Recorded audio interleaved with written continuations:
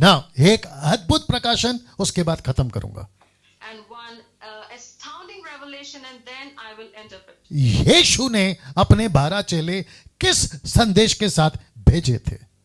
And Jesus has released his 12 disciples with the which vision or with the which topic? जी, आपके screen के ऊपर आप देख पा रहे हैं अभी. And now you're able to see. मैं रिपीट करता हूं, यीशु ने अपने 12 चेले किस संदेश के साथ भेजे थे? जी. And I repeat it again that why Jesus has sent his 12 disciples and with what vision or with what topic? और यीशु ने कहा था दो करके जाओ. And Jesus had said you should go in a 2 group. मत्ती की किताब उसका 10वां अध्याय वचन 7. And it is written Matthew chapter 10 verse 7. Okay, समीक्षा आपको इंग्लिश में भी पढ़ना, ठीक है ना?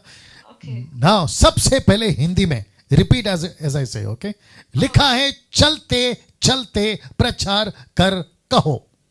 And as you go, preach, saying. या वंडरफुल. वापस आते हैं, चलते चलते प्रचार कर कहो. And I repeat again, and as you go, preach, saying. हाँ, और वो क्या है जो कहना है? आपके स्क्रीन के ऊपर रख रहा हूं, लिखा है कि स्वर्ग का राज्य निकट आ गया है. वाह. And what the thing has been said, I'm putting in front of you, the kingdom of heaven is at hand. वापस जाता हूं पीछे, आपको फिर से बताता हूं. यीशु ने अपने 12 चेलों को, जिसको दो करके भेजा था, कौन सा संदेश के साथ भेजा था? और वो संदेश था परमेश्वर के राज्य का प्रचार. वाह. And Jesus had sent 12 disciples with what vision? And he has sent in a group of 2 people. It is about the kingdom of heaven is at hand. यीशु कौन से संदेश के साथ में पृथ्वी पर आया? यीशु के 12 चेले कौन से संदेश के साथ में प्रचार करते हुए पृथ्वी पे घूमे? पौलुस कौन से प्रचार के साथ में घूमा? पहली सदी की कलीसिया कौन से प्रचार के साथ में घूमी? वो संदेश था परमेश्वर का राज्य. And Jesus has taken birth on this planet with what vision?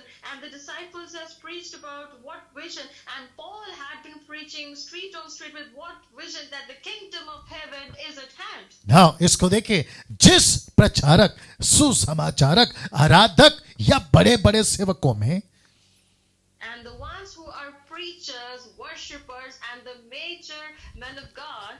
वापस आता हूं, जिस प्रचारक, सुसमाचारक, आराधक या बड़े बड़े सेवकों में, And I repeat it again, the one who were pastors, the preachers, and the one who was spreading the good news, and the one of the major men of God. उसके राज्य की बातें ना हो, जिस उसकी राज्य की बातें ना हो, या गो head. Yeah, and that the thing that the words of his kingdom should not be spread. Okay, वापस आते हैं, जिस प्रचारक, सुसमाचारक, आराधक या बड़े बड़े सेवकों में उसके राज्य की बातें ना हो, उन सब लोगों को सुनना बंद कर दो. And the one who had been the mighty man of God, who had been the one of the gospel singers, who had been preaching, the pastors, who had not been preaching this word, which is the kingdom of God is at hand, don't listen to them. Facebook के लोगों, YouTube के लोगों, जहां तक ये message अभी जाएगा, उन सबको कहना चाहता हूं कि अगर परमेश्वर की राज्य की बातें नहीं है, वो कोई भी क्यों ना हो, उसको सुनना बंद करो, नहीं तो गई भैंस पानी में.